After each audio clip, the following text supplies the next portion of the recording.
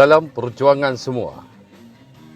Hidup ini adalah satu perjuangan yang mana kita berjuang untuk mencapai cita-cita kita di dunia dan juga beramal untuk mencapai cita-cita kita di akhirat kelak.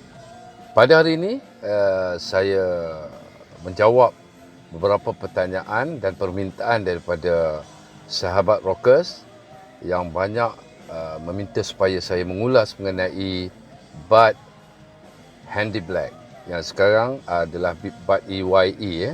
Saya akan bercerita sedikit mengenai bud sesuai dengan apa yang saya lalui bersamanya. Bud ini adalah seorang basis kumpulan Handy Black waktu ketika saya peringkat awal menyertai atau melibatkan diri dalam industri. Saya telah diberi kepercayaan oleh Matthias Gomez Production untuk handle Handy Black.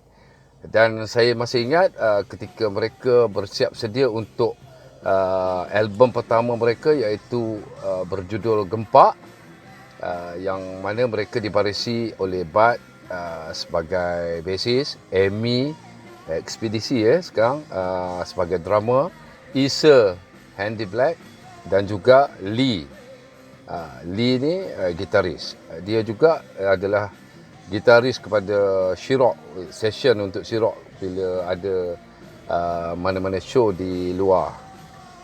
Okey. Itu serba ringkas mengenai Handy Black pada peringkat awal penubuhan mereka. Dan saya terbabit ketika album pertama mereka yang berjudul Gempak.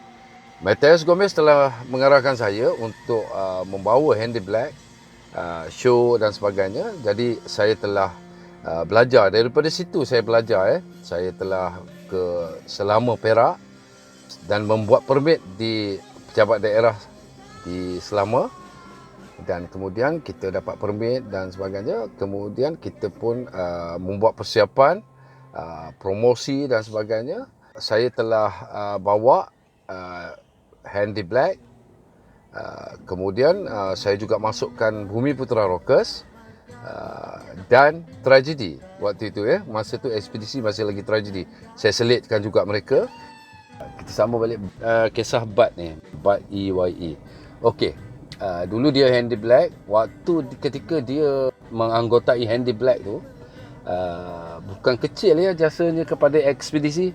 Kalau sahabat semua nak tahu, Bud Handy Black waktu tu ketika tu adalah pemain bass yang telah memasukkan hampir keseluruhan lagu dalam album Darjah 1 Ekspedisi, iaitu first album So bukan kecil jasanya. Bukan setakat masukkan bass dalam album saja, malah Bud juga telah membantu Ekspedisi ketika mana kita tidak ada pemain bass ketika tu. Kerana apa? Zua waktu tu walaupun kita dah ambil dia masuk, dah bergambar apa semua, dia masih tak boleh main. Kita terpaksa hantar dia kursus dan sebagainya untuk memantapkan permainan dia. Very dangerous because bila kita pergi ke live show apa semua, nanti orang akan menilai Ekspedisi kerana waktu itu kita tengah meningkat naik dan tengah diminati ramai. Jadi danger kalau kita bawa Zua masa tu kerana dia belum bersedia. So apa yang berlaku ialah Bud telah membantu, menyumbangkan tenaganya, banyak show. Adalah 1-2 keping. Nasib baik saya ada simpan sikit lah gambar dia dengan Ekspedisi. Waktu tu kita terpaksa gunakan Bud kerana dia yang memainkan lagu-lagu itu dalam persiapan album dulu. Apabila Bud ini, kalau saya ambil lah daripada apa yang kita lalui selama ini, Bud telah mencorakkan muzik Ekspedisi dan dia telah membantu Ekspedisi mengekalkan populariti. Kerana waktu ketika kita sedang naik itu adalah amat penting untuk kita berjalan show kerana album-album kita hanya akan berjalan jualannya apabila kita pergi ke daerah-daerah di fanfare-fanfare. Jadi waktu ketika itu kita banyak main funfair. Jadi apabila kita sampai dekat funfair kawasan katalah satu daerah, kita akan pergi ke kedai-kedai kaset. Waktu tu untuk kita cek sama ada mereka ada jual atau tidak kaset ekspedisi original atau ataupun lanun cetak rompak. Jadi kebetulan waktu tu kita akan masuk ke kedai-kedai kaset dan apabila toke-toke kedai kaset ni tengok artis datang, dia orang pun ambil gambar dan sebagainya. Promotion berjalan dengan baik. Mereka pun letakkan gambar-gambar band boy ekspedisi selepas kita dah balik daripada daerah tu. Jadi ini adalah peranan utama show funfair, bukan setakat untuk kita jalan beri persembahan kepada kepada fans, tetapi juga kita dapat 2 in 1 sambil menyelam minum air orang kata. Bila kita sampai daerah tu, kita pergi ke kedai-kedai kaset dan kita buat promosi sekali. Dan alhamdulillah apabila kita buat promosi begitu, dia punya sambutan ke atas album itu meningkat naik, begitu mendadak naik ya. Jadi sebab itu hari ini kita lihat kalau artis keluarkan album, ya, contoh kita ambil Mael, apabila dia keluarkan Real X, dah tak ada lagi funfair waktu tu. Jadi funfair tak ada, macam mana dia nak promote Real X tu dengan surat khabar, dengan media sosial tak cukup ya untuk menampung ataupun menjadikan orang gairah untuk mendapatkan CD ataupun album dia. Jadi itu yang berlaku kepada Real X. Jadi dia tidak dapat menapak dengan begitu baik apabila kita tidak lagi dapat ke kedai-kedai kaset. Waktu sebelum Real X tu, kita pun dah tengok funfair ni dah suam-suam kuku. Ada 1-2 je funfair di kawasan ada certain area saja. Itu pun funfair tu pun dah mula dah nak hentikan segala show. Jadi bermula daripada tahun itu kita dah telah kurang sangat show. Jadi itu telah memberi implikasi yang buruk kepada industri hiburan, bukan saja rock ya, semua. Kerana apabila tidak ada lagi promosi terus kepada peminat rock, iaitu melalui konsert-konsert di funfair dan juga di kedai-kedai kaset, kita telah kehilangan banyak pendapatan dari segi jualan album. So itu yang berlaku. Okey, kita balik kepada Bud. Bud adalah seorang pemain bass yang berkaliber. Hari ini kita tengok dia telah dalam keadaan gawat begini, dalam keadaan kita dilanda wabak semua. Saya lihat di Facebook dan sebagainya dia buat basking dan sebagainya ya. Jadi ini adalah antara contoh artis yang berusaha untuk menyara hidupnya, mengekalkan relevansinya di dalam industri. So syabas Bud, nanti kita sambung lagi cerita kau. Kalau kita dapat jumpa lagi bagus, supaya kita dapat refresh balik pelbagai kejadian insiden antara Bud dengan saya dan ekspedisi. So saya telah dibantu oleh ramai pihak dalam ketika kita memperkenalkan ekspedisi kepada peminat. Peminat-peminat yang baru hari ini mungkin tak tahu kisah ni, tapi alhamdulillah terima kasih kerana menyokong industri rock. Dan selepas ini nanti saya akan mengemukakan Mei pula. Kita tengok macam mana Mei pergi pula ya. Kali ni kita tak ada funfair, ingat tu.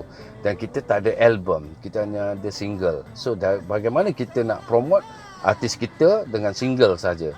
Jadi ini adalah cabaran hebat bagi AG pula ya, untuk mengetengahkan dirinya, bakatnya, kerana di saat ini kita hanya ada single. Maknanya kita boleh keluarkan 1 single, 2 single, 3 single dan seterusnya. Kalau kita keluar album boleh, tapi kosnya tinggi dan kemudian kita nak jual pada siapa? Sebab kebanyakan fans beli satu kemudian copy. Ini yang berlaku hari ini. Jadi menyebabkan artis tidak dapat hidup ya, kerana dengan teknologi sekarang ni satu CD dia boleh berjadikan 2, 3, 10 CD cetakan sendiri. So ini yang berlaku. Tak macam dulu ya. Kalau dulu masing-masing beli untuk dengar, sebab kaset kan, dulu kaset kalau dia nak copy pun dia kena ada radio yang ada 2 kaset tu, dia boleh maknanya play belah sini dan sebelah sini dia record. Jadi bukan semua orang ada ya radio macam tu. Jadi kegiatan kopi ni tidaklah berleluasa waktu zaman dulu. Dan kalau kita dengar balik, macam baru-baru ni saya berbual dengan Bat, dia kata lagu pun dah lain. Sebab apa? Kalau dulu kita tengok lagu-lagu dulu, kita boleh dengar lagi sampai ke hari ni. Evergreen. Sedap kita dengar lagu-lagu dulu. Kerana pemuzik dulu, dia mementingkan melodi yang kuat, melodi yang menyentuh perasaan. Bukan saya kata lagu-lagu hari ni tak okey, tapi lagu-lagu hari ni dia agak payahlah juga untuk mendapat tempat di hati peminat. Mungkin dia macam pisang goreng saja kerana dia hari ni sedap best sebab panas Lepas tu dah setahun 2 senyap. Contoh kita tengoklah artis-artis baru, banyak lagu-lagu mereka yang 2-3 tahun lalu kita dah tak dengar dah pun hari ni.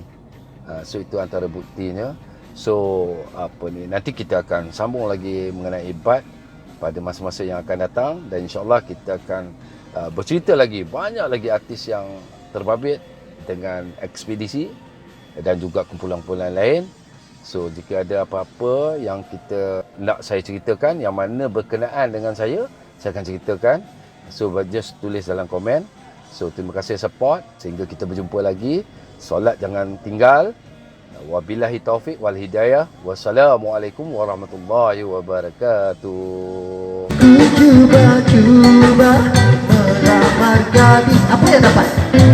Gadis ku lamar, janda ku dapat.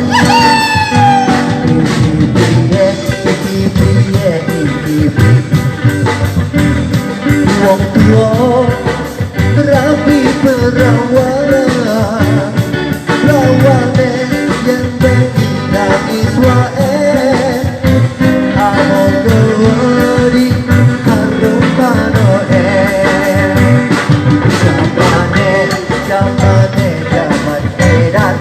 Hey, wong tua rapi perawan, rawane yang bernilai Israel. Amogori harumano. Yes, anyone, salam. Do follow us on Facebook Eddie Badrui Expedisi and Instagram Uncle Eddie Expedisi. Thank you for watching. Bye.